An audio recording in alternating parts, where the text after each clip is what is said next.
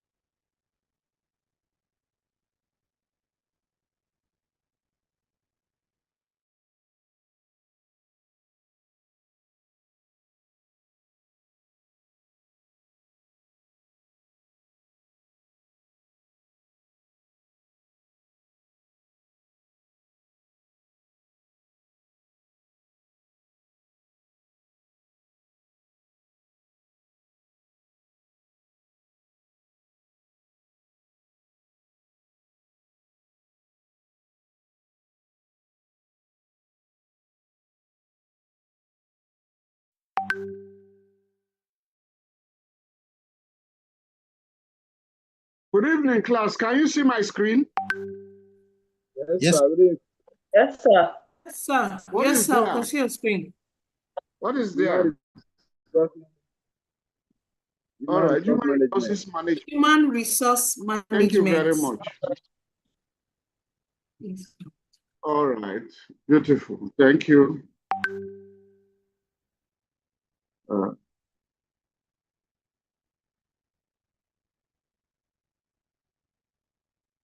All right. Now, last week, was it Thursday or Wednesday? Thursday. We had the first lecture on material resources management. And we said that material resources are essential resources that are needed to provide healthcare services. And that the management of material resources is very vital. And by definition, material resource management is the mobilization and deployment of material resources for the provision of efficient and effective healthcare services. And we said that from the official point of view, there are two types of materials in healthcare. Equipment, comprising hospital beds, examination couch, theater tables, delivery beds, anesthetic lamps, suction machines, anesthetic machines, sphygmomanometer, X-ray machines, laboratory equipment, and so on and so forth. Monitors, and so on and so forth. And then we also have consumables, laboratory reagents, chemicals, X-ray films, chemicals, drugs, and then dressings, surgical materials. So the way we manage them is the same essentially. And that inventory management comprises two methods. We can use the VED and the ABC. And the VED classifies materials into vital, which are life-saving. In other words, without that, life could be easily compromised. Then we have essential drugs. Then we have desirable drugs. Desirable drugs are those drugs, even if they are not there, the operations of the hospital will not suffer. Then the other class, that is based on criticality. The other classification is ABC, based on turnover and profitability. A class of drugs are those that are high moving and making large turnover and profit. B are made moderate, and C are the least. And that we should not, it depends on where we are functioning. We are functioning in a life-saving hospital, or we are functioning in a profit-making organization like a patent medicine store or pharmacy shop. Then it depends on what we are going to adopt. Now, the management of drugs is essentially circular in 6 steps. The first is to select the drugs to be used. And in selection of drugs, the level of care determines the type of drugs. Primary care, secondary, or tertiary. And irrespective of each level of care requires an essential drug list. And what are essential drugs? They are drugs that meet the needs of majority of the people and the common health conditions at that facility level. So we use that to select the drugs. After selecting, we quantify the drugs. How do we quantify? We quantify based on the consumption pattern. How were we using these drugs last year, every quarter, every month, and every week? So we look at that to quantify, or we look at the disease pattern. Disease pattern. What is the standard dose per case or for a disease? We use that one to quantify. After quantification, we talk about sourcing for funds to buy the drugs. We get money from different places. You can have drug revolving fund coming either with seed fund or seed stock. You can have capitation and advances. You can have loans, contributions from stakeholders, and so on and so forth.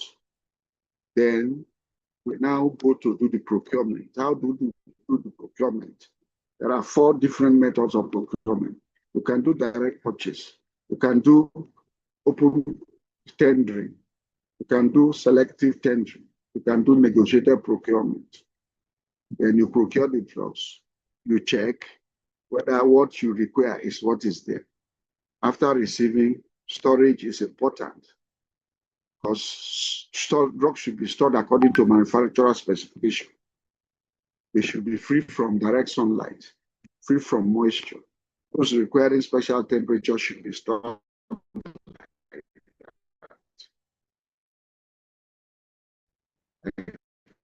Refrigerated ones, insulins and vaccines.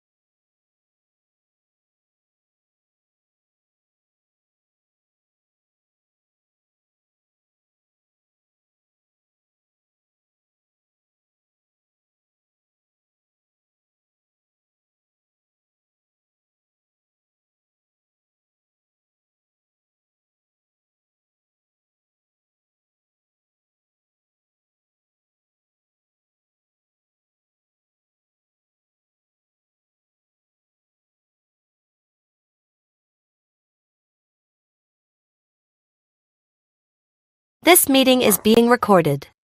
For you to manage, you need the resources. The resources could be finance, materials, human, time, and so on and so forth. So we've looked at material resources. Today we want to look at human resources. Plus, am I talking to myself or I'm talking to you? You're talking to us, sir. All right. Thank you. hear you, sir. They're talking to us.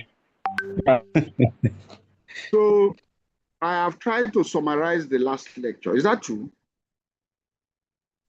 Yes, Yes, sir. sir, you are. Yes, yes, sir. Yes, sir. I've tried to summarize the last lecture. That is okay. So let us look at today's lecture, Human Resources Management. This is the outline. Introduction, definition. We look at the functions of human resource management. Then we said that in management, the first thing to do is planning. So if we want to manage human resources, we need to plan. Then in every organization, people will come and go, but there are key positions and areas of the organization. If the holders of those positions leave and they are not filled immediately, the organization will suffer. So such areas and positions will require succession planning.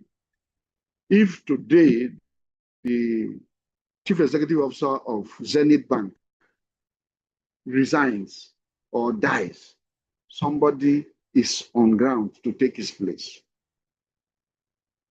The same thing with First Bank, because they have a succession plan. Then we look at job evaluation. Job evaluation is determining the worth of a job relative to other jobs. Why are some jobs in the company paying more than others? It's because of the complexity and resources needed to perform those jobs. So we look at how jobs are evaluated for purpose of pay parity or disparity. Then we look at recruitment and retention, training, and staff welfare. So let us start.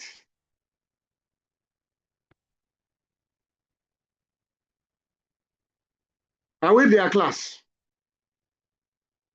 Yes, So, Prof. Yes, sir. Yeah. it is very easy to manage a laboratory, a personal lab. It's also easy to manage a supermarket or a pure water factory because they are simple. However, generally, as organizations increase in number, structure, and size, managing them becomes complex. So if you want to manage complex organizations, you will require all forms of resources in variable quantities to meet their overall goals and objectives. And like we have said earlier, these resources could be human, which is the focus today, could be materials, which was the focus on Thursday, finance, and time. Now, all these resources are needed for management. But of all the resources, it's only the human resource that can utilize the other resources. It is considered the most important because it's the only one that can process materials, money, and time to convert them to effective utilization to produce goods and services. So management of human resources, therefore, involve processing and converting the human endowment in the manpower available to a company or an organization to a usable and productive factor. So what does that mean? It means that for us as managers in an organization, particularly human resource managers, we need to look for the human resources for organization from the right sources.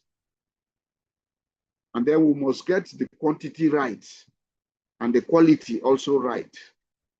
And because we work in a multidisciplinary organization, healthcare, we need to get the mix of manpower right. Nurses, doctors, lab scientists and technicians, pharmacists and technicians, physiotherapists, and so on and so forth at the right time. So once we have achieved that, we can start working with them in the operations. But that should not be the end. We have the people, the right quality, the right quantity, the right mix.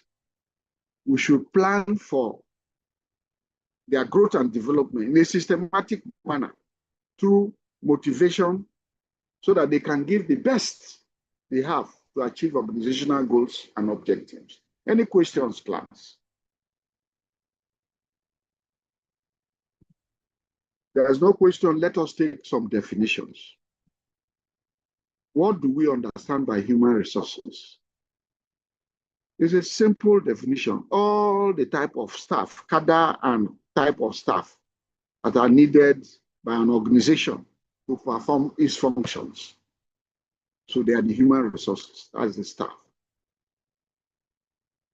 With regards to the healthcare sector, we talk about human resources for health. So there, we have different kinds of two categories of human resources, clinical and non-clinical staff. The clinical staff are the nurses, doctors, pharmacists, physiotherapists, radiologists, radiographers, lab scientists, and so on and so forth. Physiotherapy, image scientists, and whatever. Then the non-clinical staff are the admin staff, the finance staff, security men, cleaners, electricians, and so on and so forth. So these categories of staff are all needed for the provision of healthcare services, cooks, and whatever. So human resource for health is defined as the different kinds of clinical and non-clinical staff that are needed for the provision of healthcare services. So they are the most important health system input because they are the people who will largely deliver the healthcare services.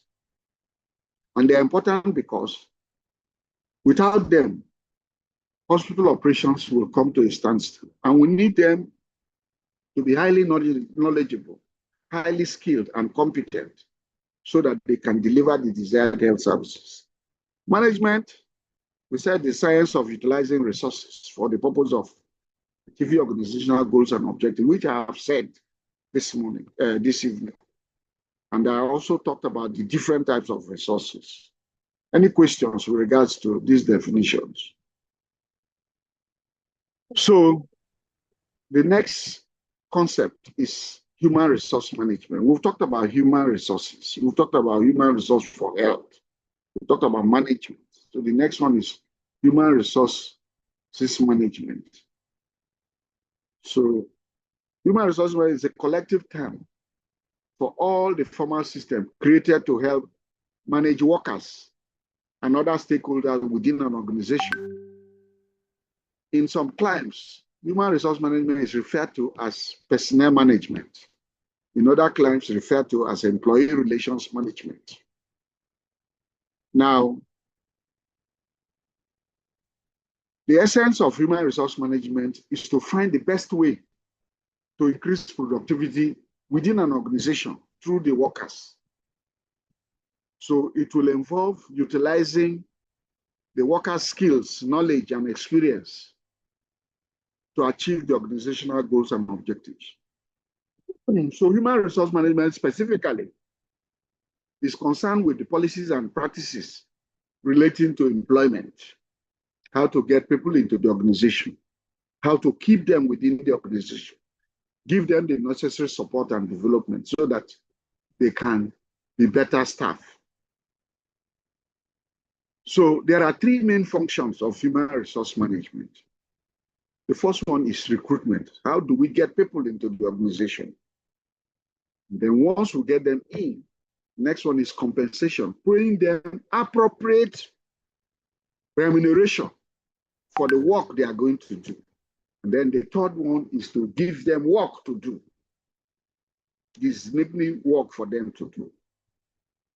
So for you to carry out the first function, which is recruitment, you will need to attract the best. Attract the best from wherever you can find them. Then when you attract them, you select those you need out of the best. And then some of them might not meet your peculiar requirements, so they will need training. They will need training. Because you are looking for marine engineers and you don't have, When you have mechanical engineers, you might train them to convert from marine engineering to mechanical engineering to marine engineering. Or that the machines you are using, they are not used to them. So you have to train them to acquaint themselves of those equipment you are using. And then you need to periodically assess them, which we call appraisal in the civil service. Then reward workers according to their productivity. So these are the responsibilities of human resource management. So in summary, human resource management is about people at work and their relationship with the organization. Any questions, class?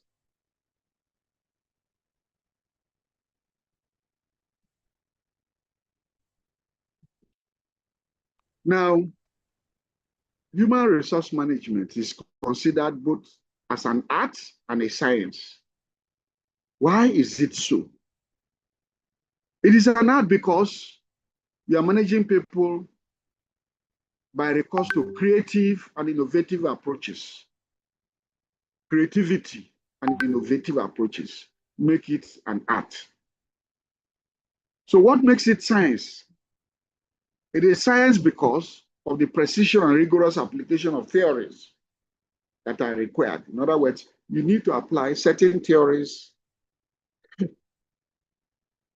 for the people to work well within the organization.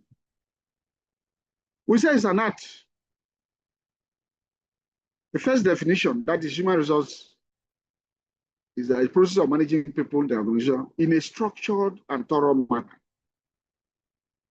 So managing them in a structured and thorough manner covers the field of staffing, that is hiring people, retaining them within the organization, give them necessary pays and benefits, and management, performance management, change management, taking care of exit from the company to run all activities, but they come and go. The second one, when we talk about arts, science, encompasses managing people in organization from macro perspective. That is managing people in the form of a collective relationship between management and employee. Here, the focus on objectives and outcome of the function of human resource management. What this means is that the human resource management function in comparable organizations is concerned with notions of people enabling them to have those skills and enablement, what that they will require, develop the people with a focus on making the employment relationship fulfilling for both management and employees. So that is it. The first one is getting the people, which is the art, getting the people in a structured way, make sure they remain there, you pay them whatever they are. But the second one is enable them, endow them with whatever skills and competencies they will require to work. So the art side of it looks at people essentially as a workforce centered, while the human resource management side of it talks about resource creation. So that is it. The personnel management essentially talking about the workforce, while the human resource management aspect talk about the human as resources. So any questions, class?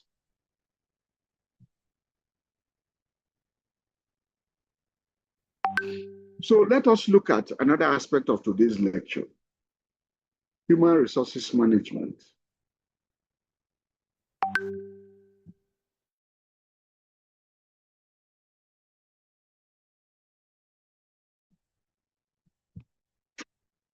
On this slide, let us look at another aspect of today's management. What are the principles of human resources management? Basically, there are two principles specifically for human resource management. We want to employ people who are competent. Because if you employ people who are not competent, they will produce goods and services that are substandard. So you require competent people in your organization so that they can work according to rules. They will bring in their skills, their knowledge, and their competencies to bear. If you get people who are not competent, you are going to have products and services you produce that are substandard. And that means that you are going to lose customers. In terms of healthcare, there are going to be cases of negligence or malpractice that are going to bring litigations to you. In production, people will shun your products because the market is competitive. If your services are poor, there are places where they can get better services. So that is competence. The second one is commitment. Commitment is very important because it deals with job security. To guarantee job security, many workers know that they need to show commitment to the company and the work they do within the company. So the management comes in to put measures in place that ensure that staffing levels correspond to the company's needs and that the process workers, that assures workers of their long-term position within the organization. So commitment is key. Competence is another one. Any questions with regards to the two principles? All right.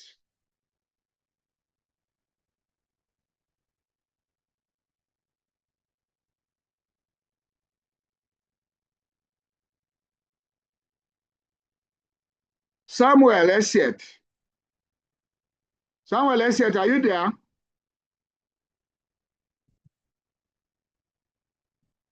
Samuel Esiet. Is anybody hearing me? Yes, Prof. Yes, sir. Yes. Yes, sir. Oh, we can hear you. Yes, no more in the class because he was asking whether the slide has been changed. Whether the slide has been changed. I don't know when he posted this, whether it was at the beginning, because at the beginning of the lecture, the slides were not changing. I was summarizing the old lecture. And if he was in the class on Thursday, he should have known that I was summarizing the old lecture. I was not changing any slide. Class, is that not true? Yes, sir. Yes, The sir. slides have been changing, sir. Very true, sir. It's coming up according to your topic. Yeah. All right. So let us look at another aspect. We have looked at the principles of human resource management. They are based on two specific principles: competence and commitment. So let us look at the functions of human resource management. The first important function of human resource management is employee recruitment. We said there are 5 traditional management functions. After planning is organizing, putting structure in place for work to be done, then staffing. So recruitment of workers is the staffing of an organization. So it's an important function of human resource management. So planning and provision of human resource needs of the organization, that is staffing the organization with the right caliber of workers from time to time, is an important function of human resource management. So recruitment is all about identifying whether you have any gaps in manpower within the organization, because you cannot just go and recruit if there is no need for it. And for you to recruit, you have to find out whether there are vacancies. Like vacancy, we're talking about talent gaps in the company and finding the right people from wherever you can get to fill. So the process of recruitment involves 4 stages. The first one is job analysis. What do we mean by job analysis? By job analysis, we're looking at what the holder of that job will do on a daily basis. If he's a lab scientist, what will he be doing in the organization on a daily basis? If he's a pharmacist or a pharmacy technician, what will she be doing on a daily basis in the organization? Is it to do phlebotomy, to collect samples, to stain, to examine, to fix, whatever? So job analysis involves defining the various aspects of a job through the job description and specification. In other words, job analysis has two components: job description and job specification. Job description talks about what the holder of the position will do on a daily basis. Span of influence, people you are supervising, machines that you are responsible for, tests you are going to be carrying out, or examinations, and so on and so forth. That is job description. Then we have job specification or person specification. The holder of that position, what qualifications should he bring in with regards to training, with regards to experience, with regards to skills and competence? So that is job analysis. There are two components of it: job description, describing what the holder will do on a daily basis, and then person specification or job specification, what the person should come in with to hold that position. So through job description, the human resource department identified the tasks required for a specific job, while the latter, that's job specification, defines the requirements an individual needs to fulfill that job. So that is job analysis. Now, we will continue to be talking about job analysis till we finish today's lecture, particularly when we get to job evaluation. So now we have described the job. We have described the qualifications needed to come for that job or those jobs. So the next one is, where are we getting people to select so that we can employ them? So sourcing, encompassing the different techniques a company employs to attract potential candidates to fill a given position or positions. And this you can do through internal and external advertisement. You can advertise for those who are within the organization who think they meet that requirement, that qualification to apply. It can be external advertisement so that outsiders can also apply. Then when they apply, you screen the applications, you select the best, and then you now put them within the organization. So selection of the right candidate will involve different things, processes we'll get to later in this lecture. Now, once you have employed somebody, he's coming from outside, so you need some form of orientation, which we call onboarding, orientation training. So employee orientation is another function of management. Apart from employing people, you give them orientation to familiarize them with the organization, with their duties, with the structure, with the organization's policies, and so on and so forth, goals. So it's a process of teaching new employees the necessary skills, knowledge, and behavior so that they can move to the new company effectively. It is conducted through different methods. You can use lectures, meetings, videos, mentoring, and team building exercises. The main objective of employee orientation is to provide these newcomers with adequate information regarding the company's goals and objectives, its policies, targets, rules, and activities. That is the second function. Any questions, class? The third function is employee development. You have come in with certain qualifications, certain skills, but they might be sufficient for that point. But over time, you need to develop, add much more to what you have. So it's all about all efforts to improve personal, team, and organizational effectiveness, employee development. So you can develop the talents of employees. That is why in the health sector or in the academic setting, we attend conferences, workshops, seminars, and so on and so forth. That's part of employee development.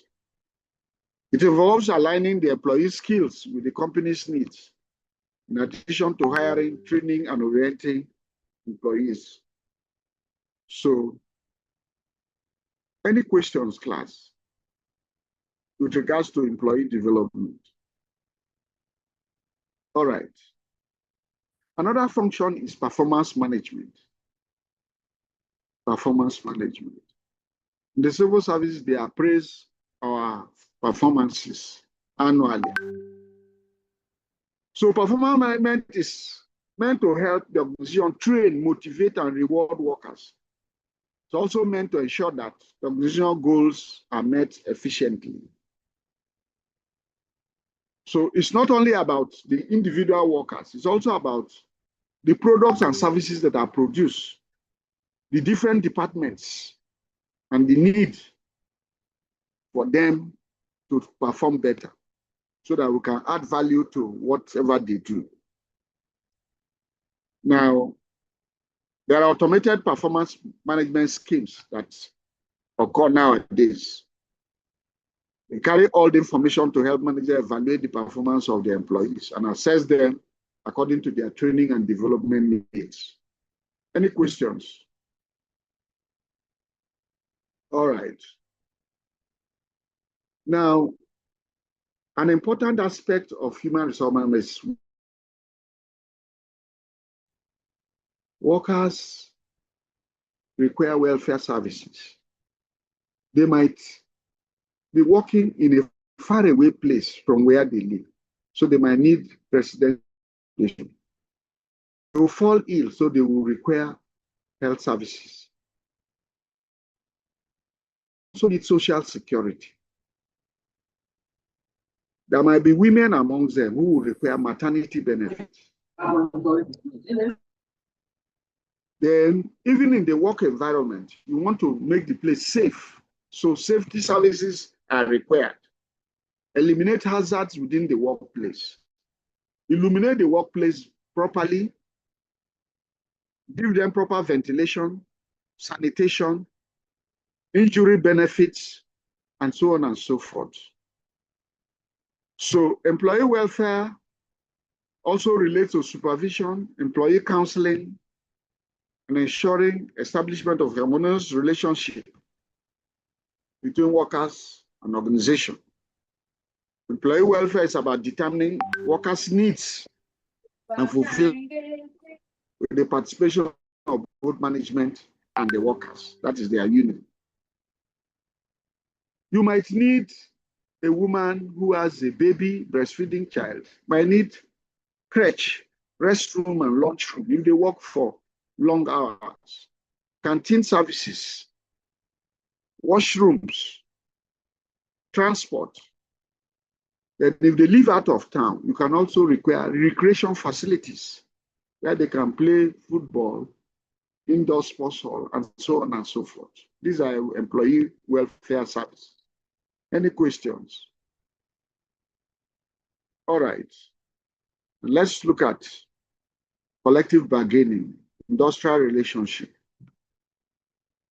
So industrial relations is a highly sensitive area. It needs careful interaction with labor or employee union because different employees have expectations. They might not be happy with the organization. So there must be a means of expressing their grievances and concerns. So you allow them to form unions so that union can bring their problems before management. If there are disputes, you settle. So it's the art and science of understanding the employment, relations, joint consultation, disciplinary procedures, solving problems with mutual effort, understanding human behavior. When I was at Ignatius Ajuru University as Director of Health Services, there were disciplinary committees that I served in. And in those committees, because it's about staff, if it's an academic staff about selling handouts or extorting money from students, the academic staff union executive will be in the committee. If it's non-academic staff, the non-academic staff union executive will be in the committee so that their interests will be protected. So the main aim is to safeguard the interests of the workers by securing the highest level of understanding to the extent that does not leave a negative impact on the organization. So industrial relations is about establishing, growing, and promoting industrial democracy to safeguard the interests of those workers and the management. Now, it will put into consideration laws that are available in the labor market, Workers' Compensation Act, Factories Act, and so on and so forth. Any questions, class, with regards to functions of human resource management? I hope I'm not boring you. Not at all, sir. No, No, sir. No, sir. We are listening. All right. No, sir. We are enjoying you are you, not sir. boring us. So let us look at another aspect of today's planning lecture. Human resource planning. I have told you that there are 5 traditional management functions of management. One is planning. Planning is determining what is to be done in future. Without planning in management, whatever you are doing is guesswork. And if you are doing guesswork, you are likely to waste resources. So if we are managing human resources, we must be involved in human resource planning. So what is human resource planning? By definition, it is the process of forecasting the future human resource requirements of the organization and determining how the existing human resource capacity of the organization can be utilized to fulfill these requirements. Like I said, planning is determining what will happen in the future. If you are a wife, you want to provide dinner for your family, you have to plan what you are going to cook, what you have in the house that you use to cook, and what you don't have in the house that is also needed to cook. That is the planning. You plan what to be taken for dinner. We are taking fried rice. So what do we have? Do we have rice? Do we have carrot? Do we have green peas? And so on and so forth. What we have, what do we have? So it's the process of forecasting the future human resource requirements of the organization and determining how the existing human resource capacity, in other words, what we have in the house, can be used to prepare this dinner. So it does focuses on the basic economic concept of demand and supply in the context of human resource capacity of the organization. What do we need and what do we have? And where can we get what we don't have? So it's the process of finding the right number of people from the right sources for the right job at the right time and the right places. And that is done by forecasting the organization's demand and supply of human resource in the near future. So the planning process is responsible for arranging the right people for the right job from all available sources. Where can we get them?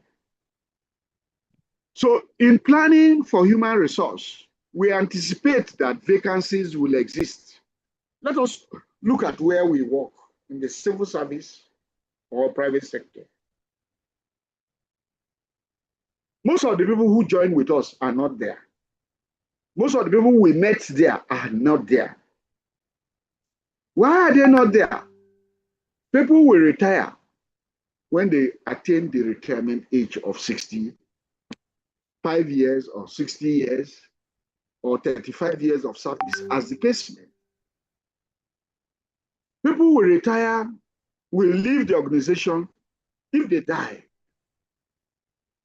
People will leave the organization if they commit or require dismissal. People will leave the organization if they find something better somewhere. So these are ways people leave the organization. And when they leave, you will not leave those positions vacant, except there is excess manpower. But if the manpower is just adequate, then you have to replace whoever leaves. So the planning process anticipates the vacancies arising due to promotion, transfer, retirement, termination, death of employees, and by so doing, plan for manpower accordingly. So the human resource planning aims to fill vacancies that arise promptly within the organization so that we can reduce the idle time caused by an employee turnover and therefore ensure that the function of business remains unaffected. Are we there, class? Yes, sir. Yes, Prof. Yes, Prof. So the human resource planning is generally done to enable organizations to move from the current manpower position to the desired position in future. It begins with the organization estimating the manpower requirements and then sourcing for and getting the needed manpower from wherever to fulfill or fill those vacancies. So planning for human resource focuses not only on filling the vacant positions, but we want to get the right people with the right qualification, right experience, skills, and competencies. It's not like civil service where the UPTH where they employed all manner of people, whether those they need and those they don't need. No. In the ideal situation, you do job analysis by doing job specification and person specification. So the human resource planning pays attention on developing the skills of existing workers through training programs with the intention to make them well equipped with those skills that are needed for future attainment of the goals of the organization. So essentially, there are 7 steps in human resource planning. What are the objectives of human resource planning? We can say, okay, now we want to open a new unit within the laboratory. We want to split microbiology to bacteriology and parasitology. So that might be the objective. Split microbiology to parasitology and bacteriology. So that might be the objective. Or that we're opening a new ward or a new unit, oncology unit, to treat cancer. So we set objectives.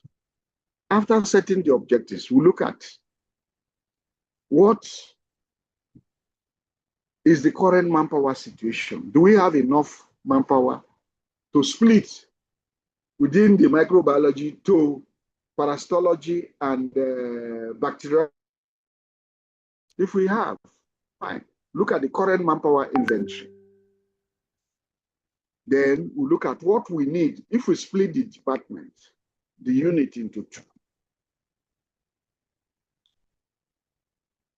How many more people do we need to function effectively in the 2 units or the oncology unit?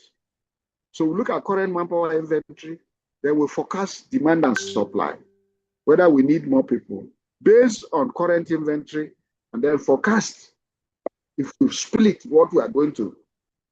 We determine whether there is manpower gap or there is excess manpower.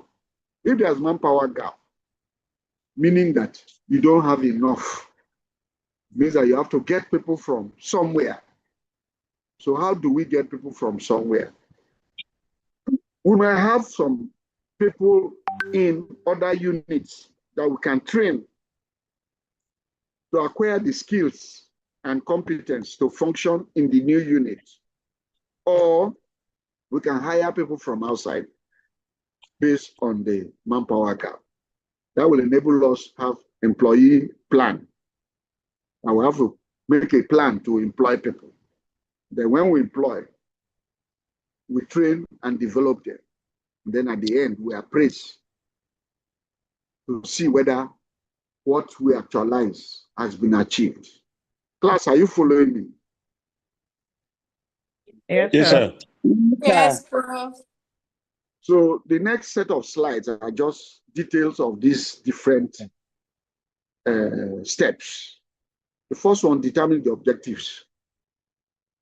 The objective for which manpower planning is to be done should be defined precisely so as to ensure the right number of people for the right that say we want to divide, create a new department or unit out of microbiology.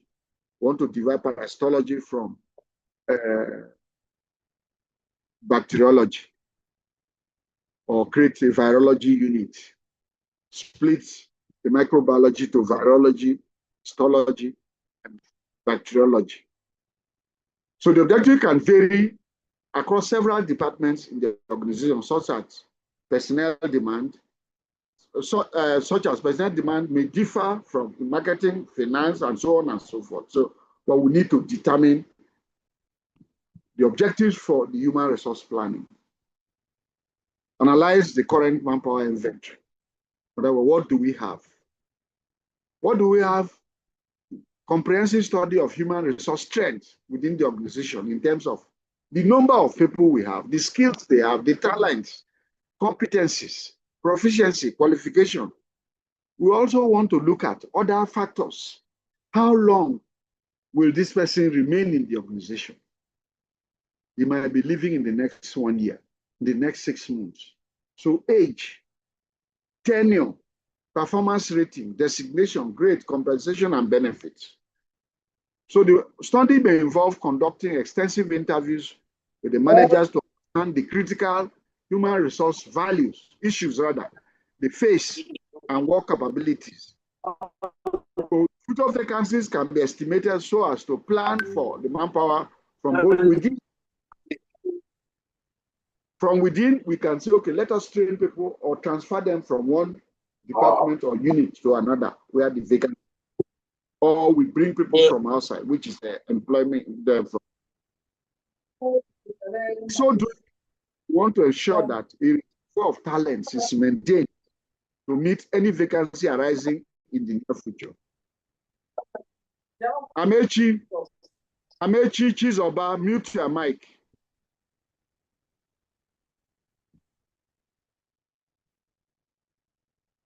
All right. So I've told you, focus demand and supply. What do we need and what do we have? Based on the two, do we have a gap in manpower? Do we have more needs than what we have in terms of manpower? If so, the difference we have to get from somewhere, which is through hiring. So we do an employment or action plan. Thereafter, we train and develop, then we appraise, which is the last step. Any questions, class?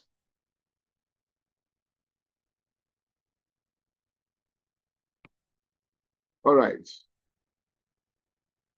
So let us look at the benefits of human resource planning. We said that if you don't plan, you might work based on guesswork. And by so doing, you waste resources. So human resource planning helps in forecasting the future manpower needs and helps in anticipating those vacancies that will arise in the near future. So we already know vacancies will arise and we are prepared for it. It is cost effective in the sense that we can anticipate the manpower shortage or the surplus. And by so doing, we can control the imbalance that may become unmanageable or expensive. So the human resource planning ensures better planning for manpower development through timely training and development. Opportunities that will create to improve skills of the existing workers.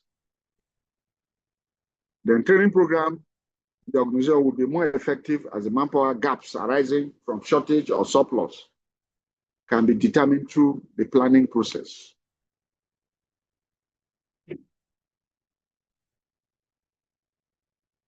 Another benefit is that it helps to make the strategic decisions relating to the hiring and training of manpower where there are shortages. That also helps you to lay off or terminate or transfer where you have surpluses. So once you have done the human resource planning, if anybody goes, no position is left vacant for too long. So the idle time that will arise when vacancies occur is reduced. And by so doing, you make sure that you don't negatively affect the performance of the business if such occurs. So that is it. But it also has limitations. What are the limitations? The human resource planning process is about forecasting. And if you don't put certain factors into consideration in your forecasting, your forecast might not be correct. They can tell us that they are forecast that there will be rain this afternoon. But for strong reasons, there was strong wind and the rain did not fall. So have we lied? Probably yes, and probably no. No, because we didn't consider that there will be an easterly wind that will come and blow the clouds away. So uncertainty in future due to several external factors can limit the human resource planning results. These factors could be technological. Maybe we are using manual to run the lab, manual way of analyzing blood samples. So we needed 5, 6, 7 technicians or scientists to do. Now, if we go and acquire a hematological analyzer, it can run 25 samples in 30 minutes and give us results of 16 parameters. So it will take the place of 5 or 6 workers or 10 workers. So technology can be. Politics can also be an external factor, culture, and so on and so forth. If there are cultural things or political things and the demand for our services drop, then we're not going to need all those who we're thinking about. That affects employment opportunity, make the product of human resource planning mere guiding factor that cannot be relied upon. Now, if we have, through the human resource planning, we think that we have manpower surplus, and the way to manage manpower surplus is termination or layoff and removal of the existing employees. That could create a sense of insecurity among those workers that will be left because they won't trust the organization. For no reason, they are laying us off. So besides that, the process of human resource planning is time consuming because you require data, looking at people's files, their qualification, their credentials, and so on and so forth. It's time consuming. And because it's time consuming, it's also expensive. Because you need to look at all the activities that are carried out from time to time among the workers till the final placement. You need to consider that. So it's expensive. Any questions, class, with regard to limitations? All right. All regards to benefits. All right. So let's go to another aspect of today's lecture, succession planning. The class is better now, 202 people. It's better than last week, Thursday. But it's still not, you're supposed to be up to 400 in this class. Yes, sir. So let us look at succession planning. I have told you what succession planning is at the beginning of the lecture. It is a systematic process of recognizing and creating future leaders who are able to take the positions of older ones when those older ones leave the organization as a result of retirement, resignation, termination, transfer, promotion, or death. So, and this is not for all positions within the organization. Succession planning is not done for all positions within it. It is done for key areas and positions within the organization that if vacancies exist and they are not filled immediately, the organization operations will suffer. So succession planning is a modern technique that is used by many organizations to identify prospects out of many workers within the organization who might possibly be successors for key positions within the organization. So if we have an oncology unit and we have one oncologist, if that man leaves, what happens? Should we close the department? If we have one vascular surgeon in the facility, if that vascular surgeon resigns, what happens? If he dies, what happens? It means that unit will end. So, and we won't want that. So succession planning looks at those areas and positions within the organization. If the position become vacant and they are not filled immediately, the operations of the organization will suffer. So if the holder of that position retires, resigns, is sacked, or goes on transfer, or secondment, or promoted to a higher position, or dies, what happens? So why do we need a succession planning? We need it because it's part and parcel of human resource planning that recognizes that employees may or may not work within the organization in the future, that they might go through retirement, resignation, termination, transfer, promotion, or death. And therefore, for the organization to be on the safe side, we need to develop a succession plan to analyze the vacancies that might exist when such workers leave the organization. And then those business areas which might be affected most, job requirements and the skills that the existing job placeholder has. So there is need for strategy to determine where and how viable successors can be obtained to fill key positions when they begin. Class, do you understand me? Yes, sir. Yes, sir. Oh, sir. Yes, sir. So the planning process has 5 steps. The first step is to identify those key business areas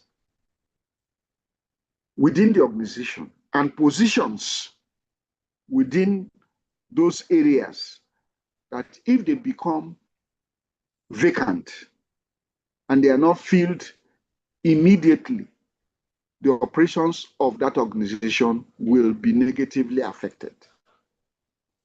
So once the first step is to identify key business areas and positions within the organization.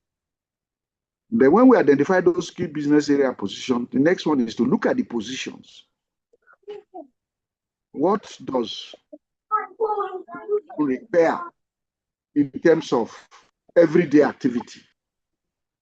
And then what competencies are needed to function in these positions? Ascertain the competencies needed to perform in these key areas and positions. So once you have identified the required competency, you now look at Glory, mute your mic. Glory, mute your mic. So once you have ascertained the competencies, you now look at your manpower, the staff you have within the organization, apart from those holding those key positions, whether they have any of these competencies. Do they have any of these competencies needed to perform in those positions? If yes, fine. If no, can we provide them with such competencies, potential candidates? So we identify interested and potential candidates and assess them as per their competencies. Do they have the competencies? If they don't have, can we make them acquire such competencies? And if we say yes, they have or they don't have, but we can make them acquire, then we make a development. We develop and implement the succession strategies. We can say, okay, fine. You, out of 5 days of the week, 1 week, you will go and work with that man, understudy him.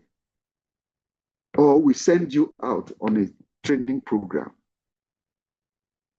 Whereas go and understudy, work with him one-on-one, 1 day of the week or 2 days of the week for the next 6 months, as the case may be, so that he can transfer the knowledge and the competencies to you.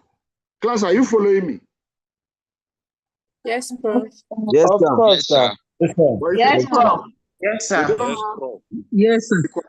We can send them out for the required training so that they can be qualified. Those skills needed, then they come in and wait till appropriate time.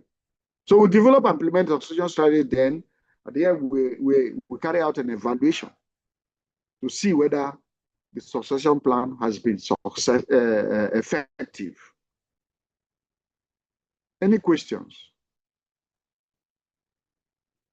So these are the narratives of the 5 steps here. Important thing is not every position that is important.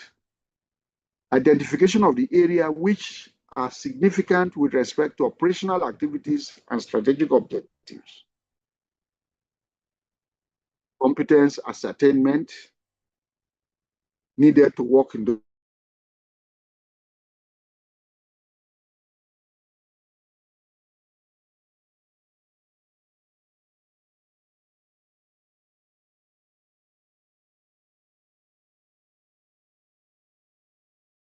for potential successors.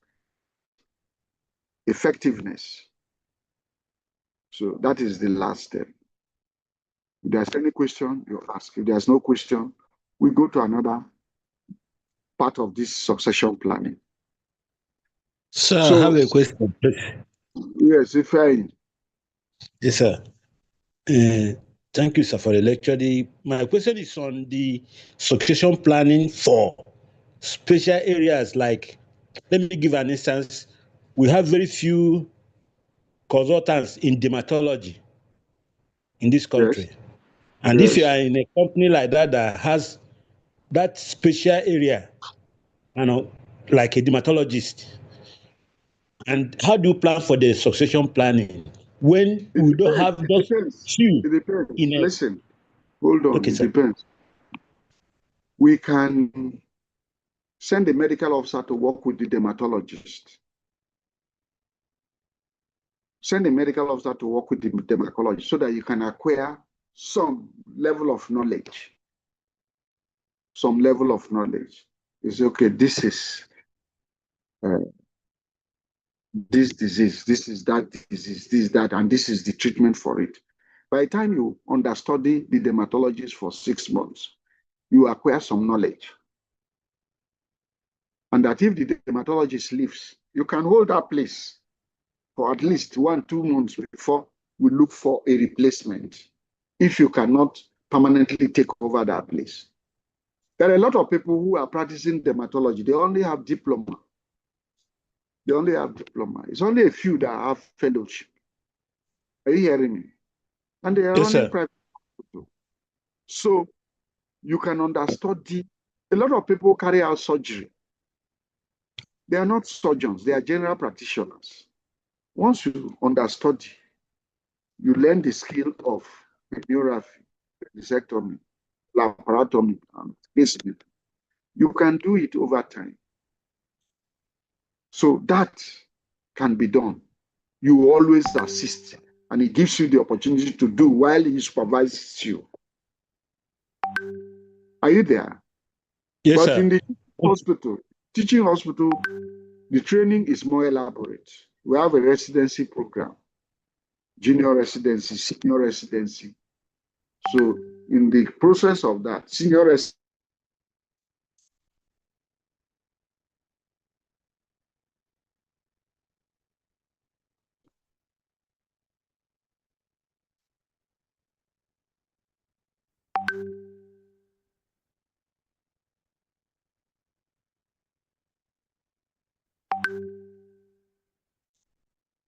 are you hearing me? Yes, sir. Most of Yes, sir. Yes, the sir. private hospitals, some of the specialists that come to consult, they are not fellows. They are senior registrars. They are senior registrars. When I was at Ignatius Ajro University and we wanted to start surgery, ONG, I got a senior registrar from somewhere, but we didn't start before I left the place to Uniport. So you can get senior registrars who are skilled enough to run. That's what they are doing in most of the private hospitals. Though a lot are also using fellows. So that I don't know whether I've answered your question. You have, sir. Thank you, sir. All right. So succession planning, therefore, is about developing leadership substitutes for a perpetual succession within the organization. So what is it all about? It will require, it's not just one person's work. It will require top management's participation, then a thorough review of the plan developed. We also look at the performance and capability of candidates, and each candidate is provided with a written development plan if eventually he or she is selected as a successor, potential successor. So succession planning is a rational decision making of management to promote the regular development of workforce so as to make sure that top managerial positions have some sort of stability, and by so doing ensure the attainment of organization's ultimate goals. All right. So let us look at another area, employment and retention. We need workers, so we need to employ. And when we bring them in, we make sure that we keep them within the organization. We don't allow them to leave. So we said that after the objectives for manpower planning, we look at the inventory. What do we have currently? And what do we need in the future? Is there any manpower gap? If there is, then we need manpower. So there are requisition for manpower needs. And we don't just bring people in. The people we are bringing in, they have work to do. So what work will they do? We have to describe the work they will do through job analysis. Job analysis has two components, job description and person specification. So job description talks about what the person will do on a daily basis in that position. Person specification talks about the skills required, the experience, competence, and knowledge to work in that position. So there are two components to the job analysis, job description, what will be the duties of that person, and then person specification, what will be the requirements to hold that position. Then we'll look at the recruitment process, then training and development. So these are the steps involved. Defining the objective, we've talked about. Preparing job analysis, performing job analysis, which will involve job description and person specification. Then controlling job description and job specification. I will dovetail into knowing who we want, what we want in that person. So Defining the job objectives. That's the foremost step in the process of job analysis. Defining the objectives of that job analysis. Why are we carrying out this analysis? The objective could be any of the following. We want to redesign the job description. In other words, we want to split microbiology department into virology, serology, and parasitology. So, or we want to revise compensation program for people in this organization, or we want to change the organizational structure, or we want to redesign the job in a particular department. These could be reasons for job analysis. So once the objectives are selected, it should be well communicated to the top management, since whatever changes you make should get the support of the top management. So prepare job analysis, perform job analysis like I've said. So after setting objective, the kind of jobs that are to be analyzed are selected. Are they clerical jobs? Are they laboratory jobs? Are they nursing jobs, theater, and so on and so forth? Members who are included in analysis and the method to be used are also to be identified. The complete review of the existing job description is done to have a fair insight of the duties, responsibilities, organizational chart, the working conditions, hazards, and so on and so forth that exist in a particular set of jobs. Then perform the job analysis. So this step requires sufficient time for collecting the job details from the employees, the workers there. The information from the workers can be collected through questionnaire, interviews, or through an observation method. You can watch them while they are working and you note what they are doing. So you need that information be sorted on the basis of the nature, division, and department. Then you do the analysis.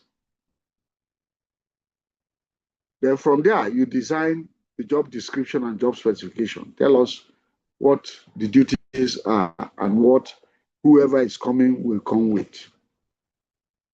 So the last is control of job description and specification. So here, the last step, the process of job analysis, wherein the job description and the specification are timely checked and modified according to the changing needs of the organization. So the analysis ends with these two, what the job description and job person specification is. So job description is a statement of the main tasks or duties, responsibilities, and working conditions which that position entails. The main tasks may not indicate the scope or importance of the job, and so it may be necessary for a number of people to be supervised. Do you have influence over people? People you are going to supervise. What type and number of equipment? So a detailed description of what is expected of the employee in terms of responsibilities and duty performance. Who are you answerable to and who is answerable to you? Giving and receiving supervision. The relationship between that position and other positions. And then the working conditions. You're working at odd hours, you're working at weekends, work late, and so on and so forth. Any questions, class?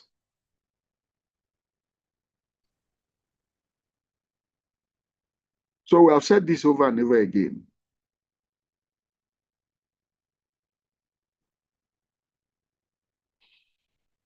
So for job specification, we're looking at the required skills to perform there. Educational background and qualifications, experience, training you have received, communication skills required to perform that job,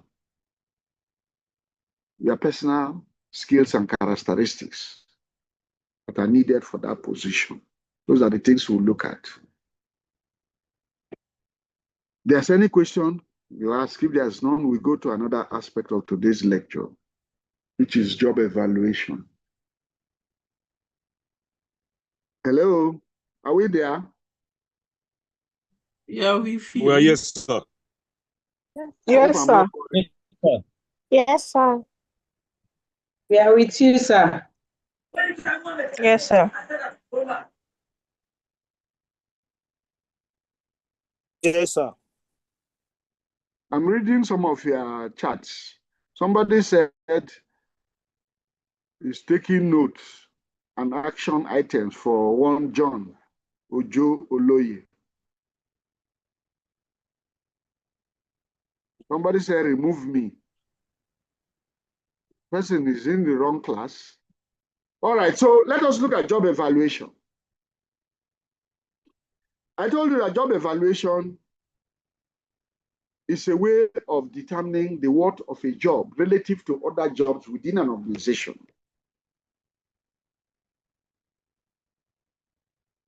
For the purpose of salary to be paid for people who are doing those jobs, why should two nurses not earn the same salary if they have the same qualification? Why should two doctors not earn the same salary? Why should one earn higher than the other? Why should two theater workers earn different salaries? Why is an aesthetic salary higher or lower than theater nurse's salary, as the case may be? So a job evaluation is a systematic way of determining the value or worth of a job in relation to other jobs within the organization. So job evaluation tries to make a systematic comparison between jobs to assess their relative worth for the purpose of establishing a rational pay structure. Rational pay structure, that is a fair pay structure based on the type of work that is done in that position.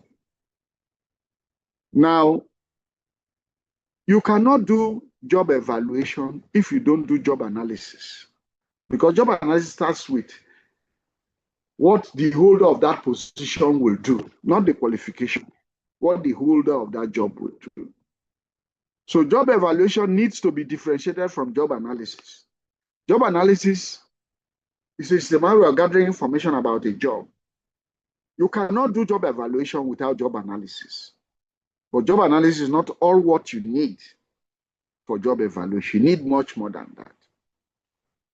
Job evaluation begins with job analysis and ends at the point where the worth of a job is ascertained for achieving pay equity between jobs and different roles. So how do we evaluate jobs? We evaluate jobs based on their content, and complexity. Two key factors: the content of the job and how complex or simple it is to carry out that job. And by so doing, we are able to determine which one should receive more money than the other. So the purpose of job evaluation is to have a satisfactory wage differential. That if I'm earning more than my neighbor, there is a reason for it. It's not because we graduated at the same time. It's not because we are all second degree or PhD holders, or we are all fellows. No, it's because the content of my job is different from its own. Our work is not as complex as my own. Class, are you following me? Yes, sir. Yes, sir. Yes, sir. So let us look Yes, at sir. the Well, with you, sir. Let us look at the process of job evaluation. There are different steps in job evaluation. The first step is to accept that there is need for us to carry out a job evaluation in this organization, gaining acceptance. If it doesn't gain acceptance, then it cannot work. And if it gains acceptance, then we can set up the committee. Before undertaking job evaluation, top management must explain the aim and uses of the program to managers, stressing the benefits Workers and unions may be consulted depending on the legal and employee relations environment, the company culture, and so on and so forth. To elaborate program further, presentations could be made to explain the inputs, processes, and outputs to benefits of job evaluation. You don't just wake up one morning to say evaluate job and you bring results. No, you have to convince the people that the way we have structured our jobs and we are paying, it's not commensurate with the effort, the complexity, and the content of different jobs. And therefore, we need to evaluate jobs and make a rational pay variations amongst the different jobs. So if it gains acceptance, then you set up a job evaluation committee. No single person does that because you have to study each of these different jobs, their complexities, the requirements to function there, and so on and so forth. So you need a committee. So the committee consisting of experienced workers, union representatives, and human resource experts is created to set the ball rolling. Are we there, class? Now, Yes, sir. you're not going to evaluate Yes, all sir. jobs. You're not going to evaluate all jobs. You have to select model jobs that you evaluate. All of that can now be positioned in line with those ones. So finding the jobs to be evaluated. Every job needs not to be evaluated.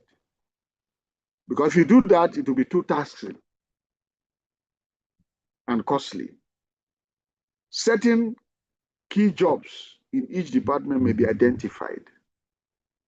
While picking up the jobs, care must be taken to ensure that they represent the type of work performed in that department or at that level. All right, so that is the third step. The fourth step is analyzing and preparing job description.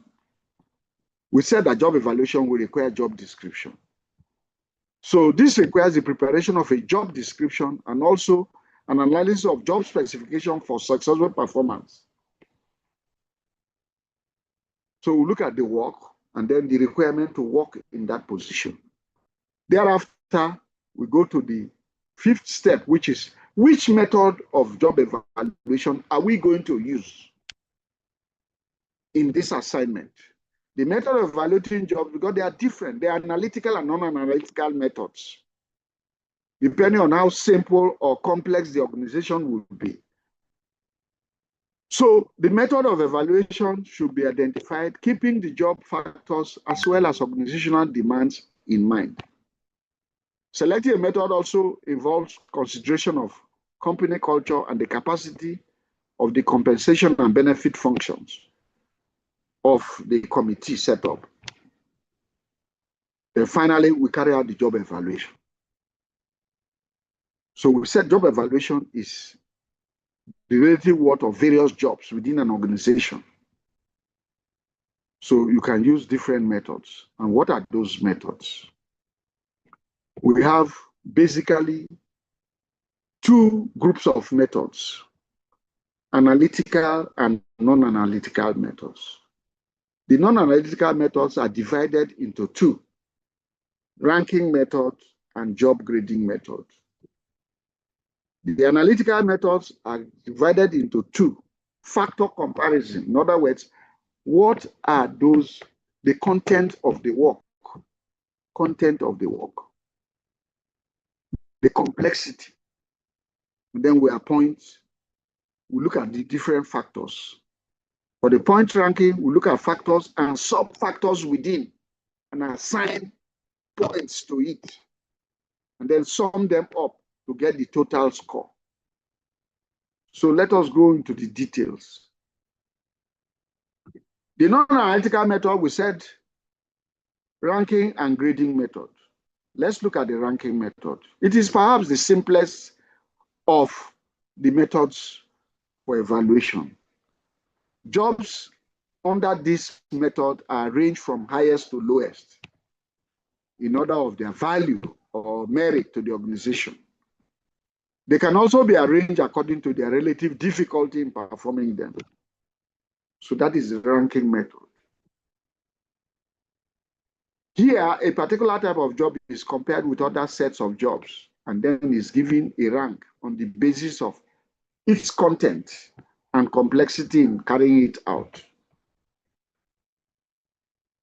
But the thing is that jobs under the ranking method are examined as a whole, not broken into components. They're examined as a whole rather than on the basis of important factors.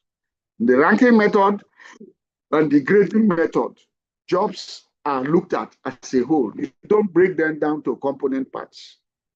So the job at the top of the list has the highest value, and obviously the job at the bottom has the lowest value. So the ranking process does not involve breaking the job into factors, but rather an overall analysis of the job done. So it does not look at the complexity, the effort needed, training needed, and so on and so forth. So jobs are usually ranked in each department, and then departmental rankings are combined to develop organizational ranking.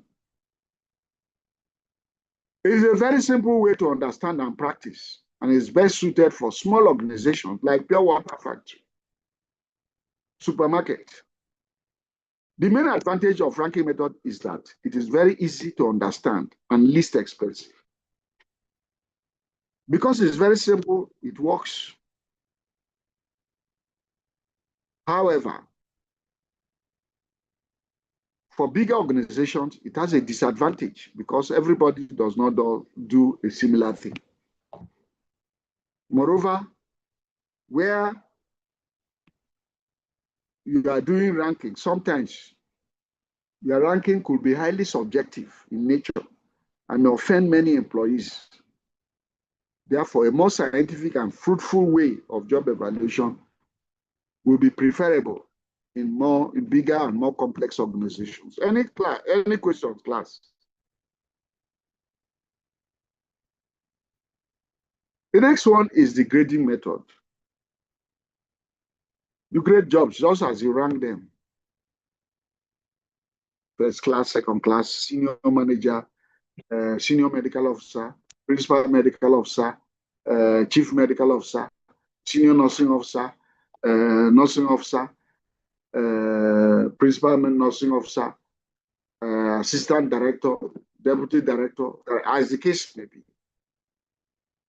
So the grading method, also known as job classification method. Here, a predetermined number of job groups or job classes are established and jobs are assigned to these classifications. Like I said, if we say medical officer 1, 2 medical officer 1, senior medical officer, principal medical officer, chief medical officer, as the case may be, or consultant, senior consultant, chief consultant, as the case may be. So the following is a brief description of such a classification in an office. Can I have class 1, executive of executives there, which you can further break down to office manager, deputy office manager, office superintendent, or departmental supervisor. Class 2, skilled workers.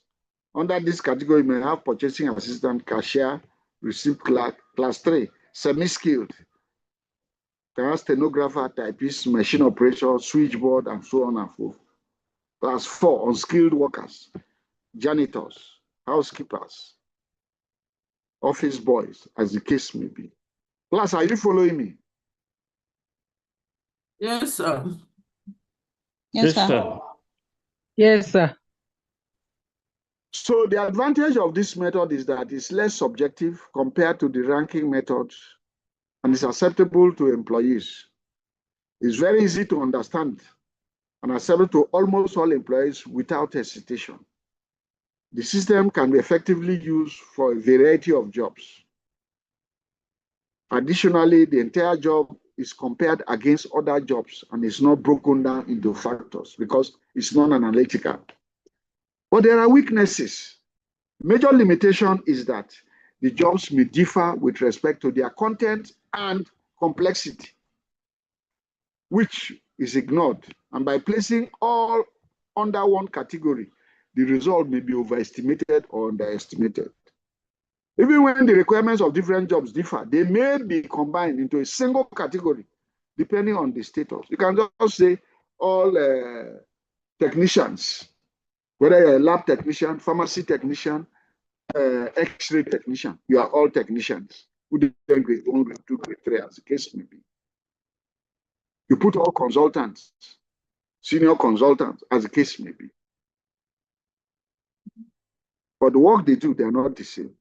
The hazards they are faced is not the same. So it is difficult to write an all-inclusive description of a grade. The method oversimplifies sharp differences between different jobs and different grades. And when individual descriptions and grades do not match well, the evaluators have to be tendencies to classify the job using their own subjective judgments. So these are the advantages and disadvantages. Now let us go to the analytical methods. There are two: factor comparison and point ranking. So let's look at the factor comparison. It means that we want to break the work down into component parts and look at the factors involved in carrying out this job. So under the factor comparison method, the job is evaluated and the ranks are given on the basis of a series of factors. So let us look at the job of an orthopedic surgeon. How much mental effort does he need? How much physical effort does he need? What skills are required? What supervisory responsibilities? What are the working conditions? Other relevant factors. These are factors. You break down the work into different factors: mental effort, physical effort, skills required, supervision, supervisory responsibilities, working conditions, and so on and so forth. These factors are assumed to be constant for each set of job. So thus, each job is compared against each other on this basis and is ranked accordingly. In other words, the work, how much mental effort do you need as a theater nurse or perioperative nurse compared to the mental effort you need as a nurse in the eye clinic, compared to the nurse in the male surgical ward or female medical ward? How much physical effort do you need? How much skill do you need? What are your supervisory responsibilities? What are the working conditions? Those who work in the theater can be called upon anytime in 24 hours. Those who work in the ward, they run shift. These are the things. So these factors are assumed to be constant for each set of work. Then they are not compared. So the advantage of this method is that it is consistent and less subjective, and therefore people will appreciate it. But because we are looking at factors, it's a complex and expensive method to undertake.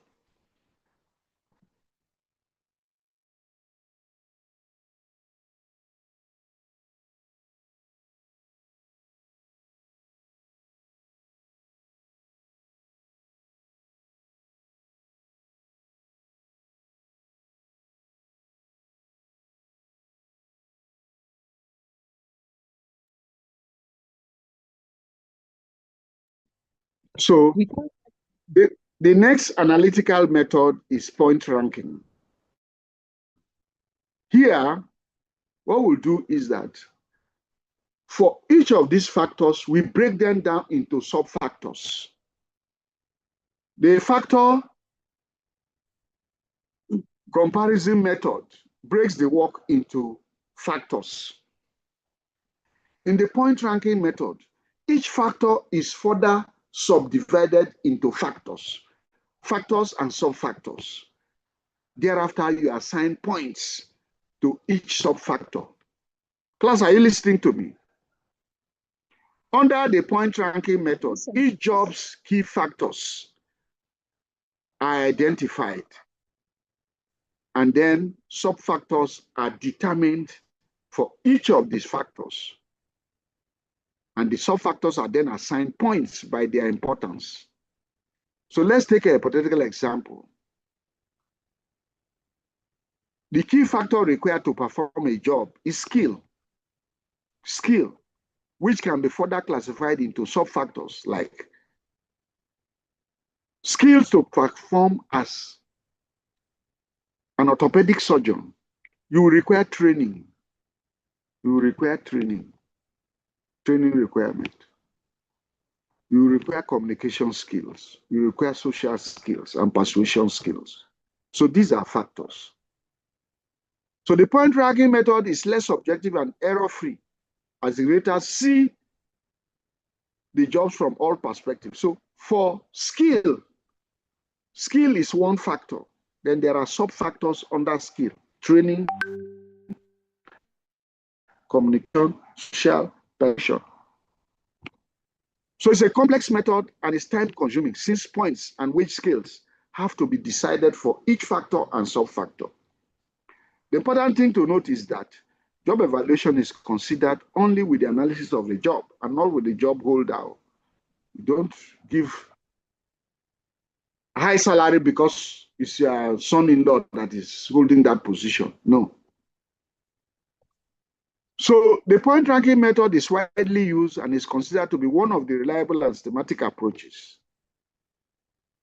So most consulting firms adopt this method, which was pioneered by Edward Hay in 1943. Jobs are expressed in terms of key factors first,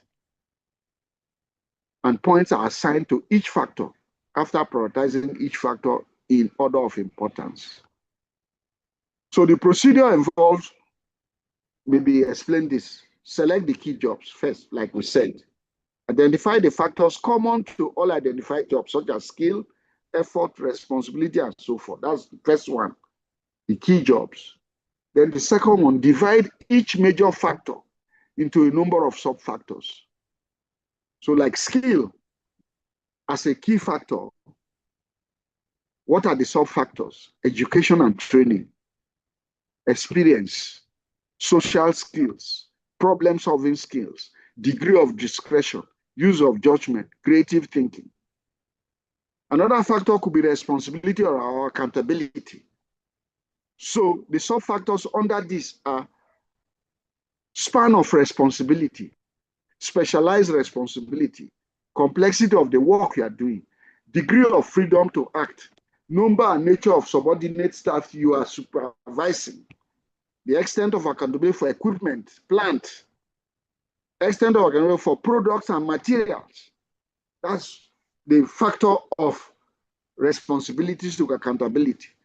Then the factor of effort, we look at sub-factors could be mental demand of the job, physical demand of the job, degree of potential stress.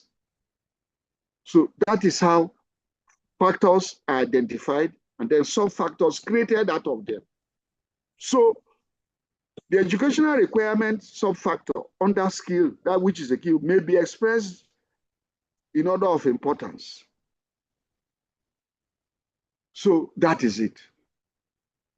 So now, after this, you now assign points, finding the maximum number of points assigned to each job after adding up the point values of all sub-factors of a job.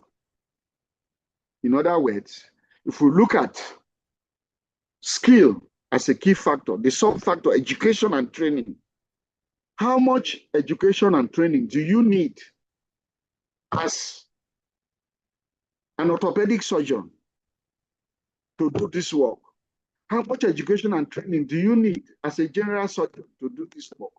Or as an ophthalmic nurse, or as a perioperative nurse, or as an orthopedic nurse? How much experience do you need to function in this place? What social skills do you need? Problem-solving skills. You break these things, key factors, to sub-factors and assign points and compare one job with the other for each of these sub-factors. Class, are you following me? Yes, sir. Yes, sir. So, if for instance, Yes, the maximum points assigned to an officer's job in a bank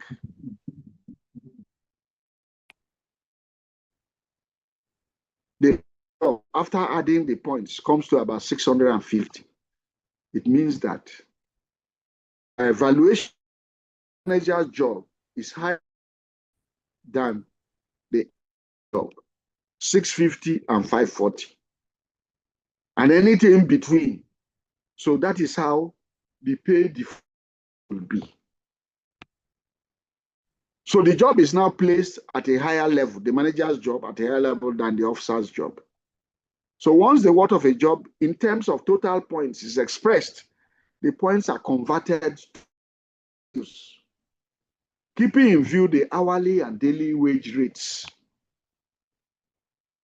The organization pays people hourly, daily, as the case may be.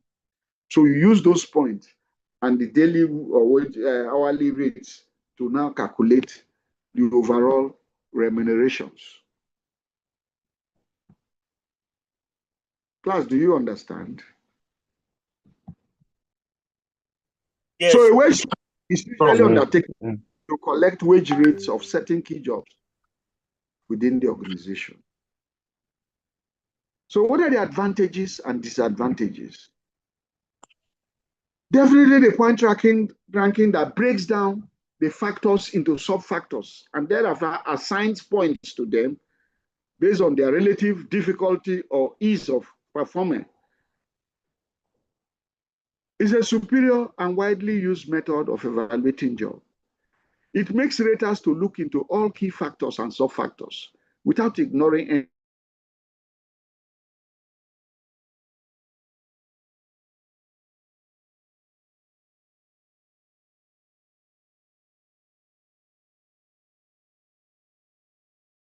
So it's a reliable way because it is not biased. Raters use similar criteria.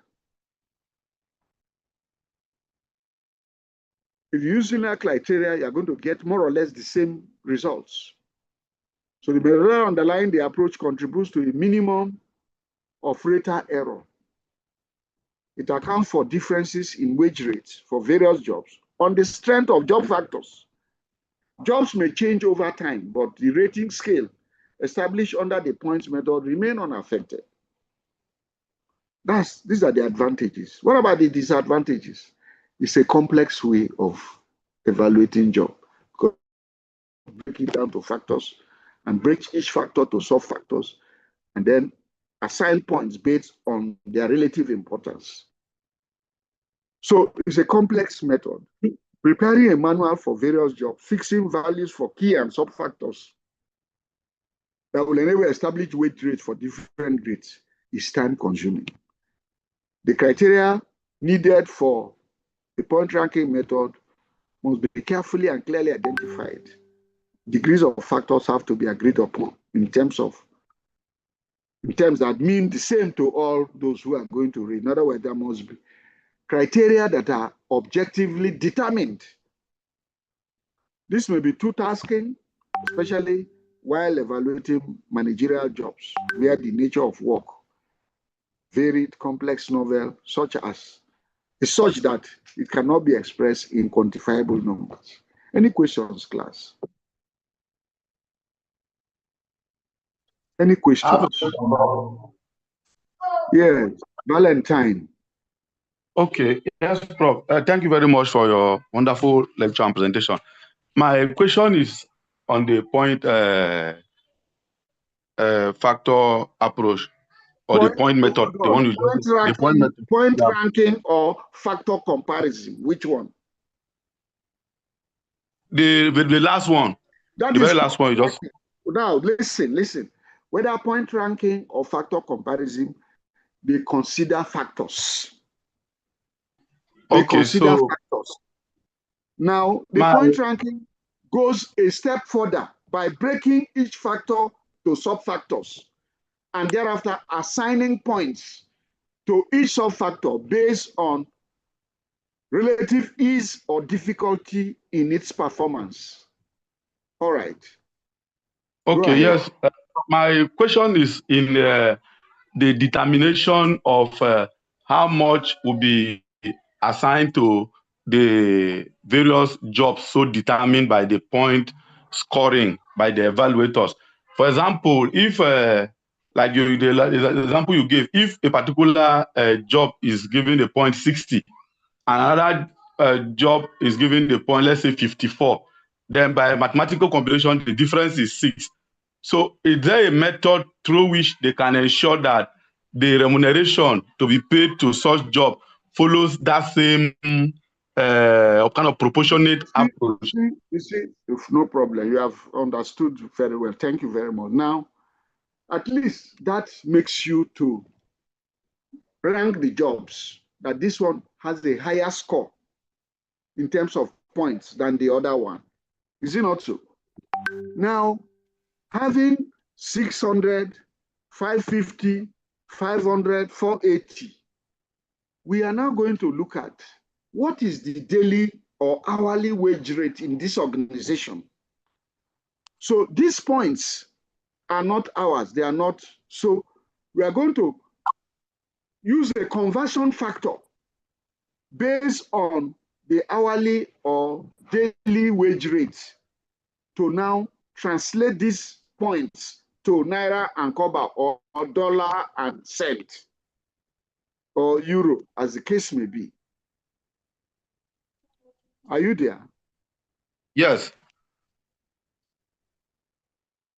So based on the rate approved within the organization, per hour is this, per day is this, per month is this. So we are going to use a conversion factor to translate these points to naira and kobo based on prevailing pay structure or within the organization to determine who earns 100,000, who earns 1 million, who earns 700,000, as the case may be.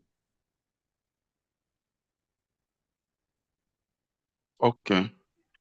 Understood, Prof. But the last question I wanted to ask is... That is why you find out that a welder in an oil servicing company might earn more than a graduate.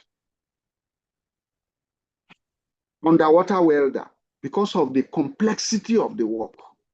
By the time they break down to factors and sub-factors, he might be earning higher than somebody who is in the office doing administrative work. Do you get me? Yes, Prof. Yes, Prof. All right. That's why you find most people who are working offshore earn more money than those who are working on land. They have done the job evaluation, how complex, so on and so forth. All right, so any other question? If not, let's go on. Let's go to recruitment. Recruitment. We have been talking about recruitment one way or the other. Now we want to go into the detail. There are 5 steps interrelated in recruitment of manpower based on the manpower gaps we identified during the human resource planning step or process. So we want to recruit. So we'll plan for the recruitment. During the planning, we determine the strategy to be employed. And then where are we going to search for the potential candidates? And then when we see, how do we screen them? Are we going to give them written exam? Are we going to give them oral exam? Are we going to give them a medical exam? As the case may be. When I went for interview as Director of Health Services, University of Lagos, we did the computer-based exam first. And then thereafter, we gave in for one-on-one interview. But unfortunately, the result didn't come out for about 6 months. So we knew that they were manipulating it, but I got a job somewhere else at Ignatius Surgery University and moved on.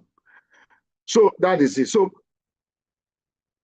where do you get the candidates? And when you get them, how do you screen them? Sometimes you ask for referees to write about them, where they trained or where they have worked previously. Then you screen, then evaluate, and you control. So let's look at these steps one by one. The process begins with planning, where the vacant positions are analyzed. And then you draw up a comprehensive draft. I will talk about the job specification and its nature, the skills required, the qualifications needed, the experience needed. So the committee decides on the number and type of applicants to be contacted, because when they apply, it's not everybody you are going to take. So you can look through their credentials and their requirements and then shortlist some so that you invite only those people for the interview.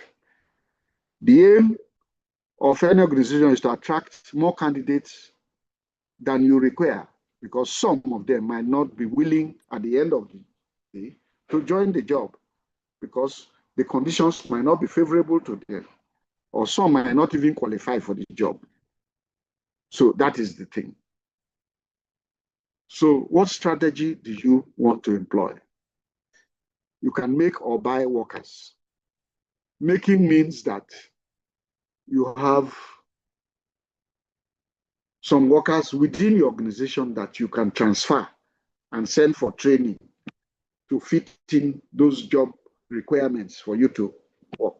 Or you can employ fresh people from outside. So that is it. Next one is method of recruitment. Are we doing advert?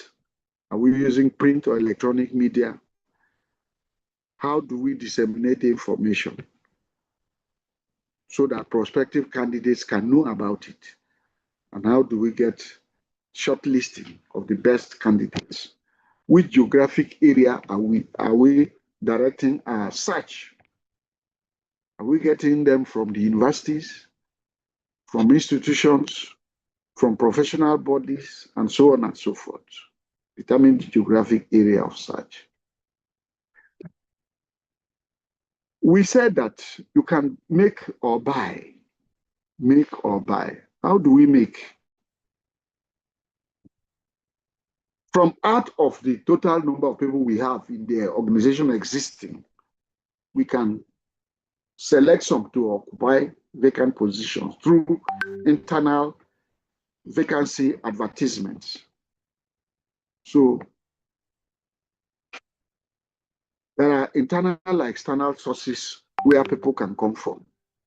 So internal sources is done through the issuance of circular and notices to the interested candidates who are qualified within the organization can apply.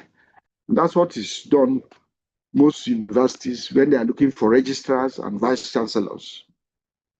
Those outside, those within can apply. So now for the internal, the advantages are that because you are considered worthy of holding that higher position, it will improve your morale. And because you are picking from within, it costs less compared to getting somebody from outside. And it motivates the staff. They believe that one day they too will get there. Now, it also has disadvantages, that you are not bringing in new blood, new experience from outside. It's just turning the same people, just like Nigerian political system.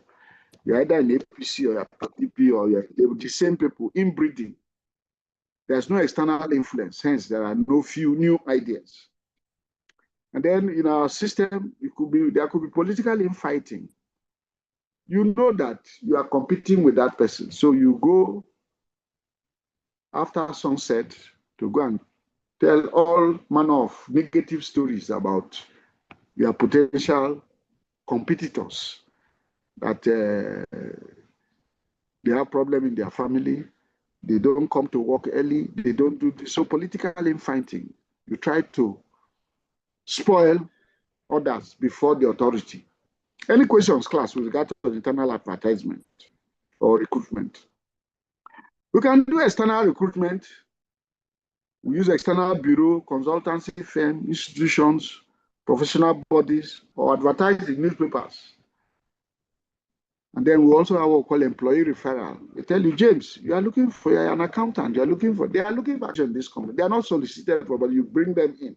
And they keep them. One day they say, okay, our accountant has left. Let us look whether any of these people who have been applying will be interested or is qualified. Then you look at their papers. And if they are still free, you can call them for interview, as the case may be. Class, are you following me? Yes, Prof. Yes, sir. So what are the advantages and disadvantages of external recruitment? We are bringing in new ideas. It is injecting new ideas. People are coming from outside with their experience. And then because they already have the skills and experience, it is cheaper than training older staff to fit into the new job. And then because you don't know anybody there, don't know the people who are coming, the selection process is more objective and it's less biased. The disadvantage is that it could demoralize the existing staff who think that they have the qualification and they have been bypassed and brought in people from outside. And because somebody is coming from outside, he or she will require a period of adjustment and orientation to know the functioning of that system to fit better. And because you're advertising, you're probably using a consultancy firm, it will be costlier than internal recruitment. Any questions, class? All right, so sir, I have a question, sir. You yes, said that the disadvantage is it is costlier. And the advantage is also cheaper than training an old staff. So yeah, they're not contradicting each other, sir. No, they're not contradicting each other. Look at it. They have advertised, you have the qualification. Are you hearing me? You have the qualification and experience, and they bring you in. Yes, sir. But from within, they probably don't have the experience. They probably don't have the experience. They probably don't have the qualification, but they have the experience. So if you don't have the qualification, then you have to be sent for training to get that qualification. That is at a cost. But this man coming from outside, it's coming with experience and qualification. So in terms of investment in the person, the one coming up from outside is cheaper. Now, okay, sir. What I mean by it's costlier because in internal recruitment, you just issue circular and put it on the notice board. They read and know. So it has no reasonable cost. But for external recruitment, you have to advertise in a paper. Take quarter page, half page, as the case may be, and pay for it. You might even employ a consultancy firm to screen the people and select the best for you. You're going to pay money. Are you hearing me? That's why it is yes, costlier than the internal one. Okay, sir. Yes, John, you raised your hand. John. Yes, Prof. Good evening, sir. Yes, I will do, sir. Good evening, sir. Thank you very much for the lecture. It's so explicit. God bless you, sir. I just want to know, can we make use of digital recruitment? What do I mean by that? You know, the current employment we use now is when you submit your CV online, the computer or the AI will be able to screen your CV and be able to tell us which employment you are qualified for. Can we also include it in the part of the process of employment? You can use whatever method. You can use whatever. Look at it. Look at JAMB. Look at JAMB.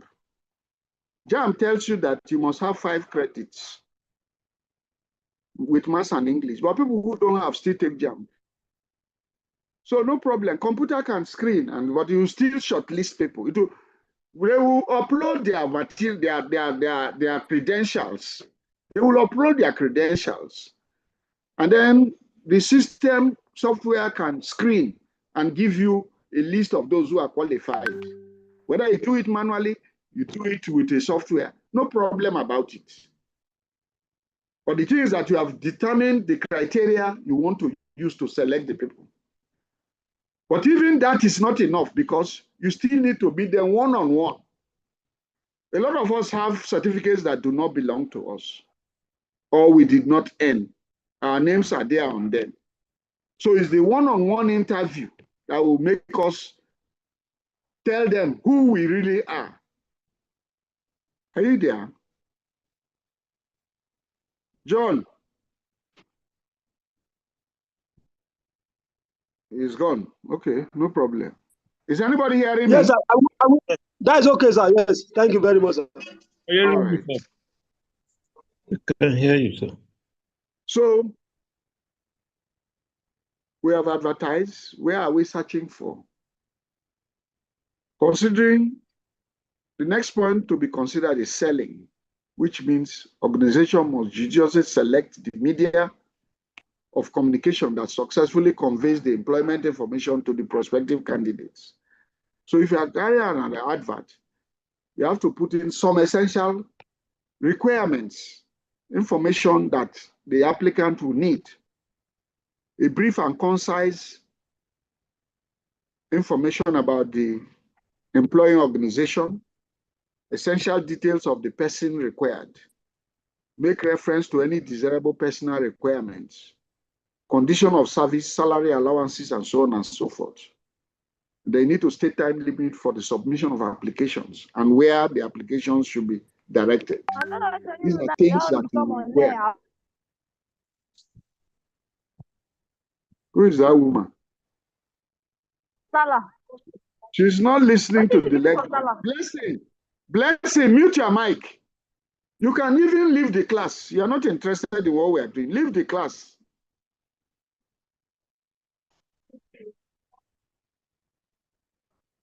So after the advert, they will apply the screening. That's what they say. You can use computer. You can do manual. You can do computer. It doesn't matter. Screening means shortlisting the applications of the candidates for further selection process. It is the starting point of selection. It's an integral part of recruitment process. The purpose is to remove those applications at the early stage that are not qualified for the job. Then evaluation and control, the last stage of the recruitment process, wherein validity and effectiveness of the process and the methods used are assessed. So let's look at the selection process. It might require mutual decision taking to offer and receive the job or not. The process could be quite lengthy and complex, and there are different steps before the final selection. Every organization designs its selection process, keeping in mind the urgency of hiring people and the prerequisites for the vacant job. So we look at the different steps: preliminary interview, receiving applications, screening, employment testing, interview, reference checking, medical exam, and then the final selection. So we have talked about receiving applications, then the screening, then employment testing. You can do aptitude tests, you can do written tests, whatever form you want. The tests are conducted to judge the suitability of the candidates for the job. Then employment interview, one-on-one session with the candidate is conducted to gain more insight about the candidate. Here, the interviewer asks the applicant questions to discover more about them and to give them the accurate picture of the kind of job they are required to perform. Then, reference checking. You are asked to send in confidential reports from your last place of work or where you trained. So we check those references. Then, where need be, we carry out medical exam, physical and mental fitness of the candidates are checked to ensure that the person is capable of performing the job. In some organizations, the medical exam is done at the very beginning of the selection process so that only those who are medically qualified go through the remaining processes. But in military recruitment, we leave the medical exam towards the tail end because it's expensive. It's expensive, laboratory and radiological exam, then the physical exam, so that you don't subject all the 2,000 people that came to X-ray, to lab, urine, stool, all those wounds, no. So you eliminate them through their credentials, through the physical exercise, and then their physique. Thereafter, you send them to go and write the aptitude test. So at each stage, you're eliminating people. And after the aptitude test, those who meet the cutoff point, they are the ones you are going to send for medical before one-on-one last-minute interview. So, however, the medical exam is not rigid and can take place anywhere within the process. Can be at the beginning, can be at the end, depending on the facilities you have and how much money you have. So it's an important step in the selection process. It helps in ascertaining the applicant's physical ability to fulfill the job requirements. Now, how do we grade the candidates at the end of the day? There are several grading methods, but we use two: Alec Rogers 7-point plan and Murofavor's 5-fold grading system. Let us look at them one by one, starting with Alec Rogers 7-point plan. The 7-point plan assesses candidates in 7 different areas. The first area is physical attribute: your health, energy, appearance, bearing, power of expression, and so on and so forth. The second one is attainment. What is your educational qualification? What professional experience do you have? What skills do you have? The third one is social aptitude: mechanical, manual dexterity, facility in use of words and figures. The third one, general intelligence, intellectual capacity, ability to grasp concepts quickly. Then intellectual interests, practical interests, intellectual, constructional, physical, be active, social, artistic interests, which might align with the expected roles you are to perform when you get into the organization. Then dispositional ability, acceptability. How much influence do you have over others? How dependable are you? How self-reliant are you? What leadership qualities do you have? And their level of steadiness. They are also assessed. And then finally, we'll look at background circumstances. Are there any special demands of the job? Like ability to work during odd hours. Maybe you come to work on Sunday, come to work on Saturday, work late, and then travel out of station at short notice. These are things that the job might require. And people who said, I can't work on Saturdays, on Sundays, that I go to church, then who will do the work on Sunday? So you don't need surgery. Fridays, I can't work because I go to the mosque. Then who will do the work? I don't work late because I have a baby. I have a baby, I must close by 4 o'clock and go home. So if the work requires working till 7, 8, then you can be taken. So these are the areas of assessment using the Alec Rogers 7-point plan. The Murofavor's 5-fold grading system is similar, except that some of the 7 points have been merged. Impact on others and physical makeup. So here they have used 1 and 6 and merged them together to impact on the appearance, speech, and manner.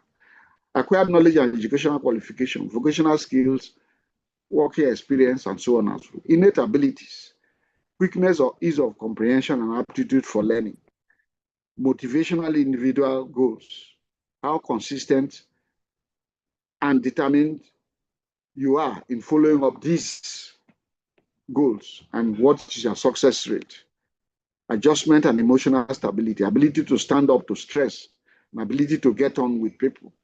So these are areas that Fraser assesses people based on the 5-fold grading system. Now, you are going to assign points, either the 7-point or the 5-fold. Then you are going to put them in 2 columns. What is the maximum you need? What is the desirable minimum? What is acceptable that you can manage in the absence of getting the best? So the characteristics identified as necessary through analysis of the job description and then entered against the appropriate headings. It is usual to enter 2 levels, indicating which would be sought for in the ideal candidate and what would be the minimum acceptable level to do the job. It's also important to indicate those personal characteristics or second, which would be definitely unacceptable in prospective job. Like I said, say you're not going to work on Sundays. You're not going to run shift. There's no way a hospital will work without a shift. So that is the thing. So if you don't want to work shift, we can't take. If you don't work on Friday or Sunday, then we can't take. These are the things. So, any questions, class?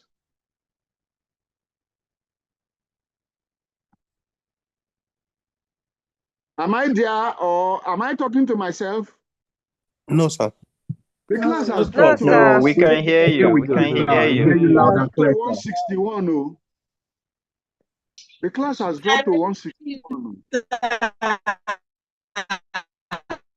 We're with you, Prof. The slides have the class has gone from 200 and something to 161. That's what I'm saying. We're here, sir. Maybe it's not good, sir. All right.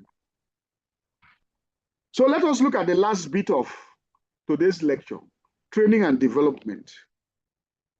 So you have employed people. Over time, you need to improve on their quality so that they can perform better. So the training process comprises a series of steps that needs to be followed systematically to have an efficient training program. So what are the steps in training and development? You want to set up a training organization, establish a training organization, then identify the training needs, and then plan to meet those needs within the organization. And then you conduct the training, and then you evaluate to know whether you have achieved what you intend to do. So you first of all need to establish a training organization, and then talk about the needs for training. What type of training do we need? Is it orientation training? Is it refresher training? Is it application training? And so on and so forth. So what are the needs? Then you plan to meet the needs. Then you carry out the training. So that is the training process. Assess training needs, set the objectives, design the training program, implement and evaluate. So we don't need to go through all of them. They are self-explanatory, I've said so. So designing the training program, every training program covers certain issues. Who are the trainees? Who do we want to train? We want to train all newcomers for orientation training. We want to train interns. We want to give a refresher training to all old workers. So who will undertake the training? Who are the trainers? Departmental heads, consultants from outside, and what methods are to be used for the training? Is it lecture? Is it video? Is it on the job? Whatever. And what will be the level of training? Is it basic, applied, and so on, advanced training, whatever it is? So you need a comprehensive action plan with design that will include training content, the materials, the learning theories, instructional design, and other training requirements in the designing of training program. Then you carry out the program, that is, implement the training, and then evaluate to know whether you have achieved what you set out to do. So what are the different types of training? We talked about induction training or on-board training or orientation training for newcomers. On-the-job training, safety training, apprenticeship training, internship training, which most of us go through after university qualification. Then you can go through refresher training or retraining. You can go through promotion training or remedial training if you have become rusty because you have been out of job for some time and maybe you went for political appointment or something. So remedial training. So these are the different types of training. So the details are there. I don't want to go through them.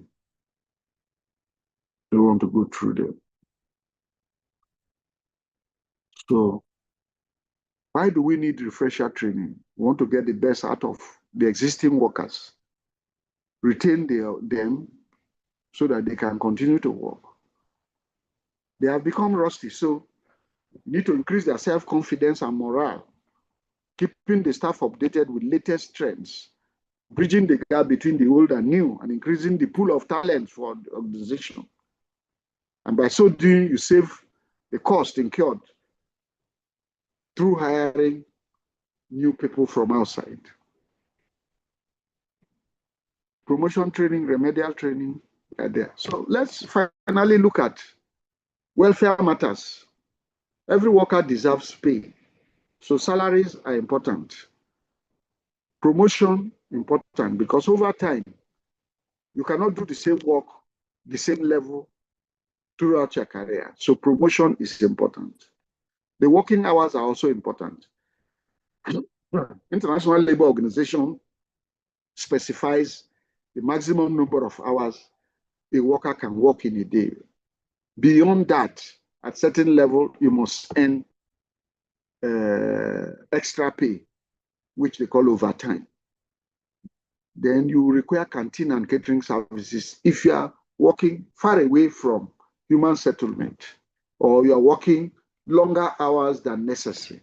Some work from 7 a.m. to 5 p.m. So you need a time for lunch. And if to take you long to go out, then there should be canteen and catering services. You require accommodation, office accommodation, residential accommodation. If you are living far from the organization is far from human habitation. Medical services, because people will be ill. Services, then insurance, pension scheme, and then unionism, collective bargaining. So any other questions you have, please ask, because this brings us to the end of this lecture. I want to thank you for your patience. All right. Thank you, sir. Thank you. Thank you for the lecture. Thank you, sir. Thank you so much, sir. Thank you so much, Prof. Thank you very Prof. much, Prof. All right. Thank you, sir. Thank you for the I lecture. hope the graduation went well. Oh, that's a big news, though. It went well. My daughter had a CGP of 4.93. OMG! Hey! Wow. Please, you should come and dash us brain. Oh my God! Congratulations. Come and dash us brain. Oh my God! You replicated your brain there. Hey! She won the Chancellor's Prize, Pro Chancellor. Wow. Bless you, sir. She shared it with somebody. She and another lady had 4.93. So, in fact, she has gone to Ghana today for a conference. Wow. She has gone to Ghana today for a conference. It's a good Christmas for us. Problem, we got to celebrate now. Congratulations, Please celebrate it so that we tap into the blessing of having brain. Don't worry, you will do that. It's a matter of getting focused. That is the thing. Don't allow yourself to be distracted. Don't allow yourself to be distracted. You can. Prof, please help us with the slide too. Your effort has paid off, sir. I'm so happy for you, sir. Prof, congrats to her. Thank you very much. Hey, God. We need the slides, sir. Sorry, sir. Congratulations, sir. Send the slides to Tina if I still have his email address. If I have his send email, it to you, sir. I will send it. You send it to me now. If you send it tomorrow, I won't send. I'm Send it sending to it me now, sir. All right, thank you very much.